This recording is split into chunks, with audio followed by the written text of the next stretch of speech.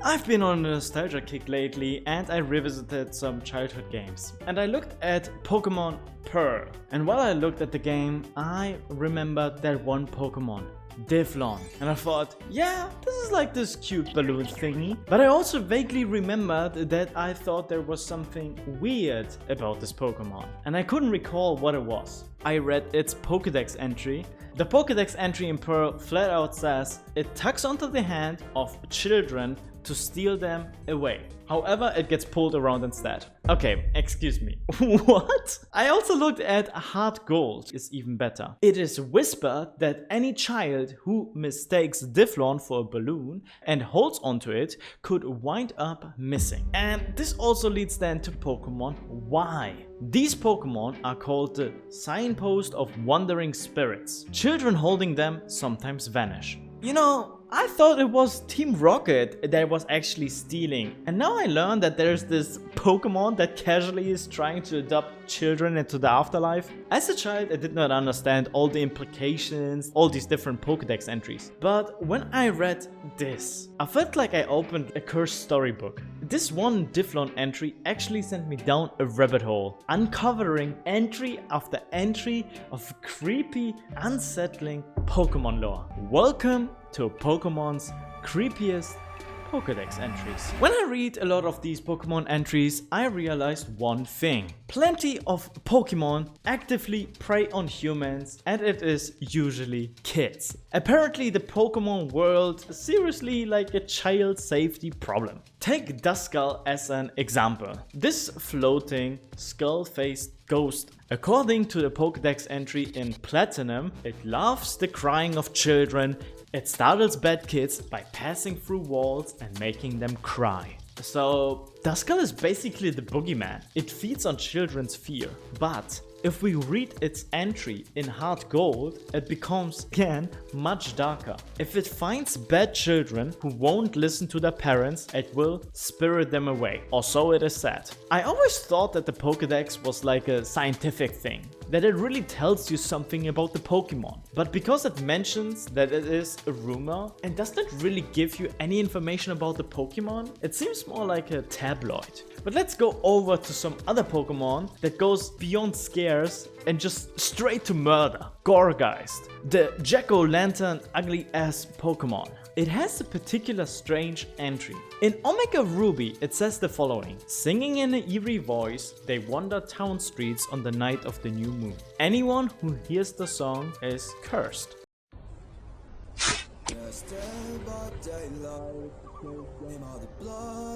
And in the case that wasn't unsettling enough, Sapphire makes it even creepier. It enwraps its prey in its hair-like arms. It sings joyfully as it observes the suffering of its prey. So let that sink in. Gourgeist will cheerfully sing while it strangles you and watches you die. Cool. And if we are also speaking about surviving, let's talk about Gengar. Fan favorite ghost Pokemon from Generation 1, known for his mischievous grin. But Gengar's Pokedex lore has actually evolved from being a prankster to predator.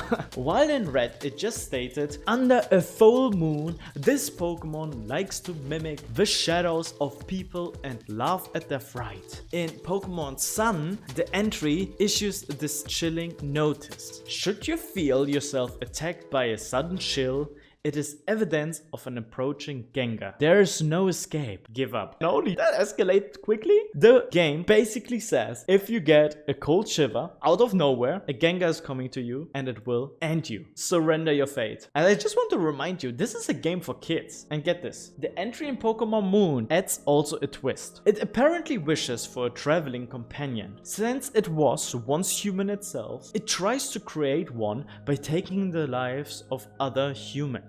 So Gengar might be the vengeful spirit of some person lonely in the afterlife and determined to drag someone else down with it. It is tragically poetic and also absolutely terrifying. A dead person ghost trying to create new ghosts. That doesn't send shivers down your spine.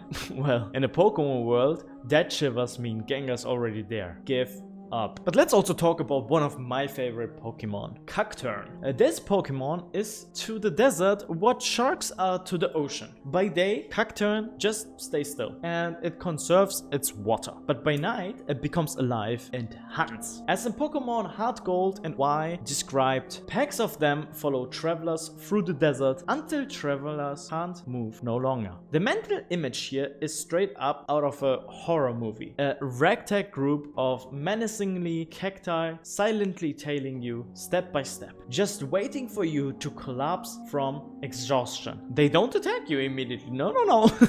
They bide their time until you are weak and you're dehydrated. Then they strike. And I just want to say, they also look like scarecrows that only move when you're not watching. Remind me of the Weeping Angels. The idea of collapsing in the sand as spiny humanoid silhouettes encircle you under the moon. Yeah, I will take a hard pass on that camping trip. And as you can see, even non-ghost Pokemon can be nightmare fuel in the world of Pokemon. Another example, Hypno. It deserves a special mention as the kidnapper. Hypno's Fire Red entry notes that it carries a pendulum-like device. There was once an incident in which it took away a child it hypnotized. Drowsy yellow tapir with a pendulum abducted a child. Great. Between Drifloon, Hypno, and Duskull, children in the Pokemon world must really have a bad time. I picture a public service poster in Saffron City reading, "Watch your children, everything might be dangerous." And if all that doesn't have you spooked, let's talk about cosmic horror. Let me introduce you to Dusclops. The Cyclops that evolved from Duskull doesn't just threaten to harm you, it erases your entire existence. Dusclop is basically a walking black hole, literally. The Pokedex entry in Ruby says Dusclop's body is completely hollow. There is nothing at all inside. It is said that its body is like a black hole. This Pokemon will absorb anything into its body, but nothing will ever come out. Imagine some poor fool that just tries to peek inside this mummy-wrapped body. Gone. Sucked into a void. In fact, in Diamond and Heart Gold, they warn that if you dare to look into Dusclop's hollow body, your spirit will be stolen or you will be sucked into the void. A ghost that violates the law of physics. Well, at least this time there's no child mentioned, right?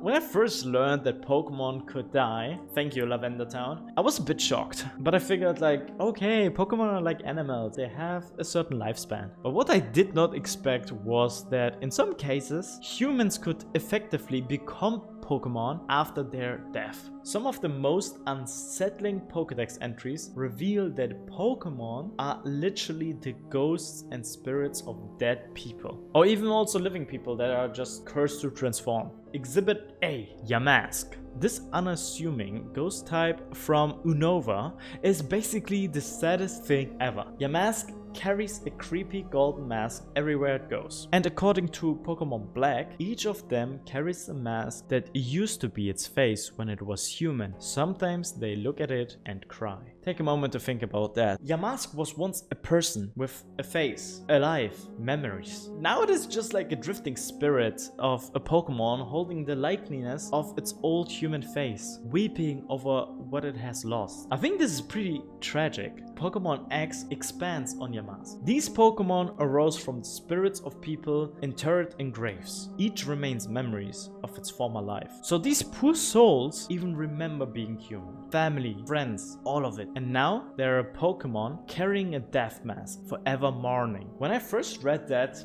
I had to think. It's a level of pathos that I didn't expect from any Pokedex. Also, it raises some uncomfortable questions. If every Yamask is a dead person's spirit, how many people die to account for all these Yamasks that you actually catch? Bra moment! And if Yamask is a tragedy, Phantom is terror. This cute little tree stump has an origin story straight from a folktale. Phantoms are possessed stumps formed by the spirits of dead children. Yes, it says it straight up in Pokemon Sun. These Pokemon are stumps possessed by the spirits of children who died in the forest. Their cries sound like eerie screams. And oh, also according to Pokemon Ultra Sun, by imitating the voice of a child, it causes people to get hopelessly lost deep in the forest. It's trying to make friends with them. This is like a classic ghost story materials, like those urban legends that you hear of children's spirits haunting forests, calling for help, only to lead you to your doom. Friendship in this case? It kind of blurs the line between human and ghost. It's elegant, but also very eerie. Frostlass. Frostlass is an ice ghost type, resembles a spectral woman in a kimono. And that's essentially what it is. At least according to Hard Gold. Legends in snowy regions say that a woman who was lost on an icy mountain was reborn as Frostlass. What is even up with Hard Gold and all these wild speculations? Because Moon is not that vague, it actually says the soul of a woman lost on a snowy mountain possessed an icicle, becoming this Pokemon. The food it most relishes is the souls of men. Yeah, bro, take me Frostlass any day, any day. Anyway, the Pokedex in Sun version describes Frostlass' behavior as pretty chillingly. When it finds humans or Pokemon it likes, it freezes them and takes them to its chilly den, where they become decorations. And to be honest, it even gets worse in Legend Arceus, a Pokemon inhabited by the soul of a woman who died bearing a grudge in the snowy mountains. Legends of Frostlass placing deathly curses on misbehaving men sent shivers down my spine. That's actually what the Pokedex says. The narrator breaks the fourth wall and says, "This ghost creeps out of me." I have to add one more entry to make this whole thing complete and for it to make sense. In Ultra Moon it also says, "It's said that on nights of terrible blizzards, it comes down to human settlements. If you hear it knocking at your door, do not open it." Okay, why does it make sense? Well, Frostlass is actually heavily inspired by Yuki Onna, the snow woman of Japanese folklore.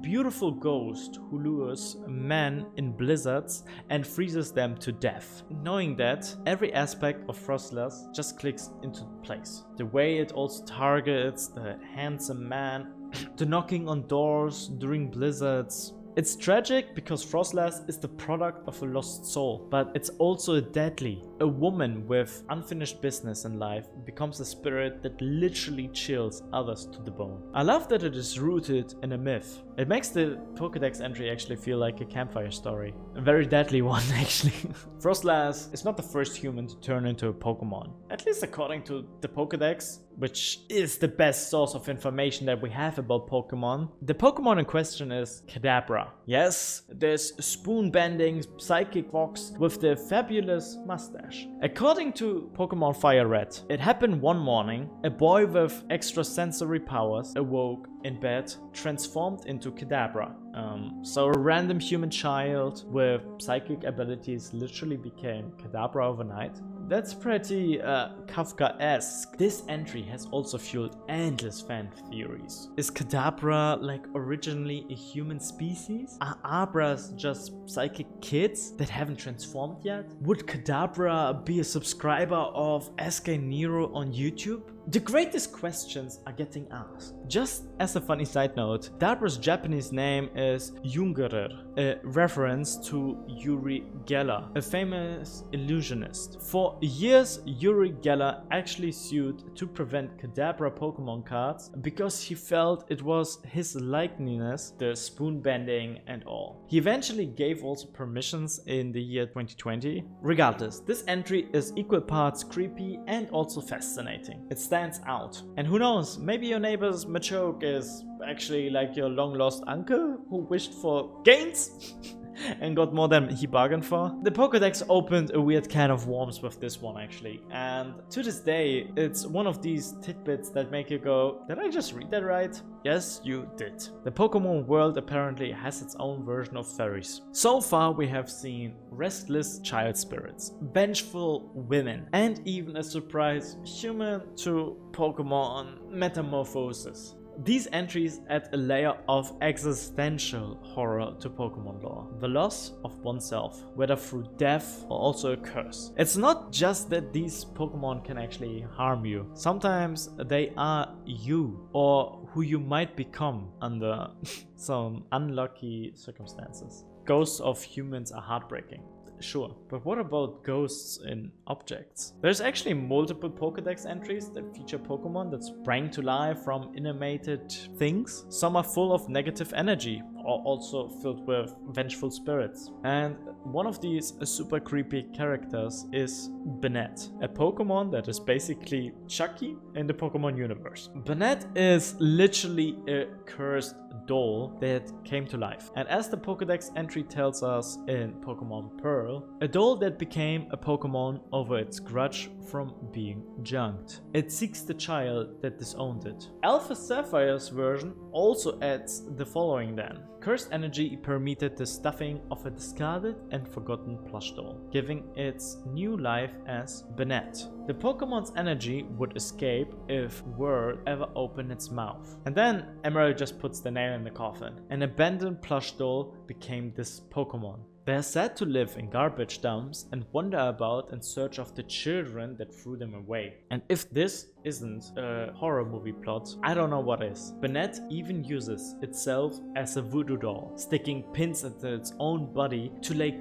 curses on other people, according to Ruby's Pokedex entry. Well, who hasn't felt hurt from being rejected or thrown away? But Banette is this feeling of being thrown away, weaponized. So next time you're going to clean your closet, be very gentle with your old toys. You never know if one might be harboring a grudge against you. On the topic of spooky toys, let's talk about Mimikyu. Mimikyu isn't an object come to life, but it is a creature hiding under a disguise. A disguise of Pikachu, no less. At first glance, Mimikyu looks like a child's messy Pikachu costume made of a Pikachu doodle cloth and also like a stick. The lore behind Mimikyu is both adorable and horrifying. It's a lonely ghost fairy Pokemon that dresses up as Pikachu because it wants to be loved as much as Pikachu is. Aww, right? But there's a catch. No one knows what Mimikyu truly looks like, because seeing its real form is lethal. The Sun version's Pokedex entry drops this bombshell. Its actual appearance is unknown. A scholar who saw what was under its rag was overwhelmed by terror and died from the shock. So some poor dude literally died of fright. That is Lovecraftian horror. Like, the mere sight of this thing is beyond human sanity. And Ultra Moon doubles down on that shit. A gust of wind revealed what hides under the Pokemon's rag to a passing trainer who went home and died painfully that very night. The phrasing alone, died painfully that very night, is a bit funny in a way how unspecific it is, but at the same time the question remains. What happened? What did he see? Something so unnatural our brains just short-circuited? It's a brilliant use of unknown horror. The scariest monster is the one you can't see. This is basically the Pokemon version of The Ring.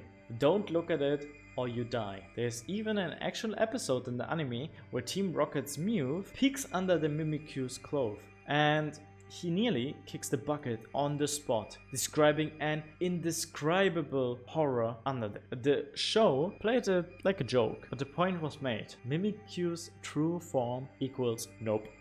In a similar fashion, we have the Pokemon Shedinja. Shedinja is unique because you don't catch it. The idea being that when Ninkara evolves, Ninjask, which is this cicada-like bug, sheds its exoskeleton, and that empty husk then inexplicably becomes Shedinja, a ghost bug Pokemon. So Shedinja is literally a haunted bug shell. The Pokedex entry cracks up the spookiness meter up to 11. Shedinja's Ruby entry warns. Shedinja's hard body doesn't move, not even a twitch. In fact, its body appears to be merely a hollow shell. It is believed that this Pokemon will steal the spirit of anyone peering into its hollow body from its back. And Pearl says peering into the crack on its back is said to steal one's spirit. So there's this lifeless husk with a gaping hole in its back. It floats, it doesn't move, it doesn't even breathe.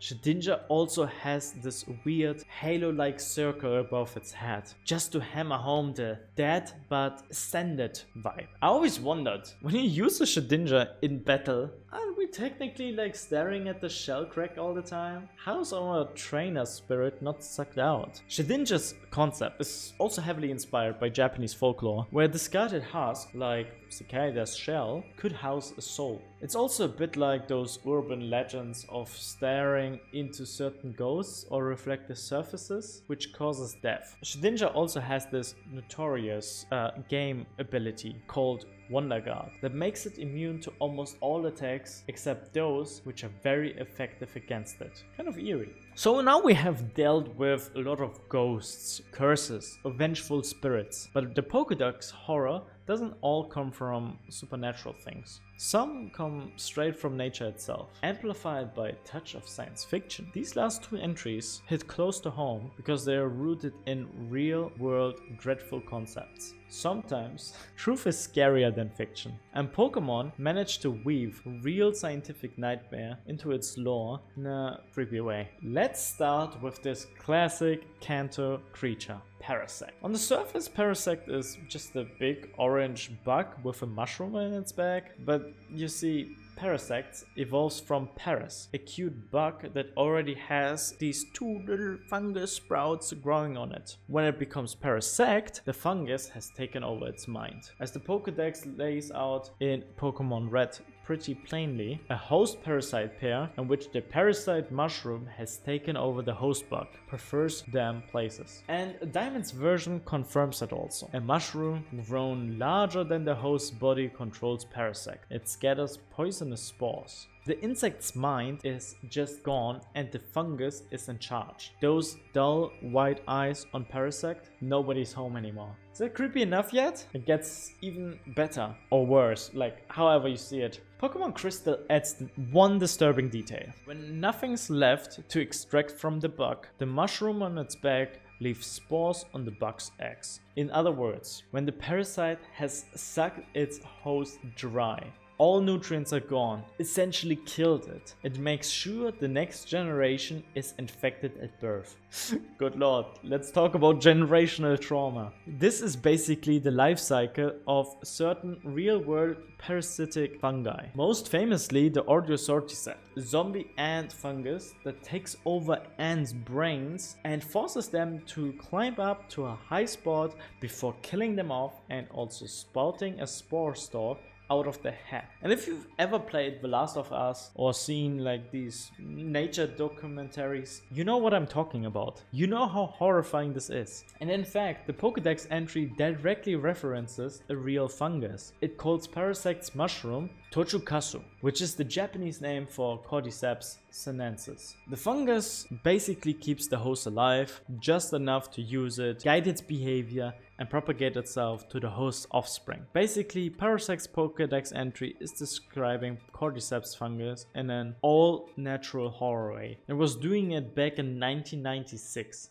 way long before zombie fungi became mainstream. There is something very unsettling about a mind-controlled Pokemon, especially because Paras, pre-evolution, is just like such a adorable little fella. But you know, Parasect is a puppet. Blank eyes, spreading spores to make even more puppets. Let's go over to our final entry, one which is ecological and a bit emotional. Meet Corsola, or specifically actually Galarian Corsola. The regular Corsola from Yodo is a happy pink coral Pokemon living in warm seas. But in the Galar region from Pokemon Sword and Shield, which is basically based on the UK, Corsola has a new form that is very, very white. It looks like a bleached coral, and it is also a ghost type. Does this ring any bells? Bleached coral. As in what is happening right now in our oceans due to rising temperatures. Galarian Corsola is basically a coral ghost, and its Pokedex entry in Shield hits like a gut punch. Sudden climate change wiped out this ancient kind of Corsola. This Pokemon absorbs other life forces through its branches. This is one of these moments where Pokemon pulls from real current events and slaps it into a Pokemon design. We're essentially looking at the spirit of a coral that died from climate change, now seeking energy from others to survive. It's very, very sad. It's very, very scary. Sad because it implies that an entire species or form of Pokemon went extinct due to a rapid climate shift. For instance, over half of the coral in the Great Barrier Reef has died since 2016 due to heat waves. It is a very real thing, a very sobering phenomenon. Game Freak took this concept and said, what if dead coral's ghost stuck around? The result is a Galarian Corsola, pale, sorrowful looking coral piece that curses anything that kicks it. Usually Pokemon lore is fairly upbeat about ecosystems, but here we have explicit mention of climate change's destructive effects and a Pokemon forced into ghosthood as a result. This might be one of the most modern horrors in the Pokédex. It's not like an ancient curse, or it is also not like a mythological monster. It is us and our impact echoing through a children's game. And during my research I had to sit there for a moment. Pokemon went there, and honestly I respect it. It created a memorable creepy Pokemon and also a message. If we don't get our act together, even the Pokemon world will suffer. So here we are, at the end of our analysis of creepy Pokédex entries. Who would have thought that behind the bright sprites and also cheerful "gotta catch him all" mantra, there lurked this child snatching balloons, these vengeful dolls, the body snatching fungi, and also the coral ghosts born of climate change. I have to say, like, revisiting these entries felt a bit like digging up a time capsule from my childhood. The Pokédex had a lot of scary entries that I didn't remember. And it is quite fascinating and a little hilarious that as a kid I just glossed over these texts and just thought like, oh cool. Now reading some of them as an adult and with the context of science and also the folklore, I'm kind of like impressed how much depth and how dark some of these Pokemon entries were. But you know, I kind of love it also. These creepy entries give the Pokemon world a bit more texture and I don't know, a little taste of peril, mystery, even also like morality, tales, and all this like within this colorful world. I just want to say, like, Drifloon was the catalyst for this whole video, and I haven't been reading all the different entries for every Pokemon. So which Pokedex entry was the scariest for you? Have I also missed something out? I'm thinking about making actually like a second part of this and also talk about more stuff that I revisit from my old playthroughs, how I played through Ruby, how I played through Pearl. And if you're actually like interested in following my journey, don't forget to like and subscribe, and I would love to see you in one of my other videos. Maybe pick up the Pokedex and read through some of the entries yourself. I would love to hear what you think. Till next time, bye bye.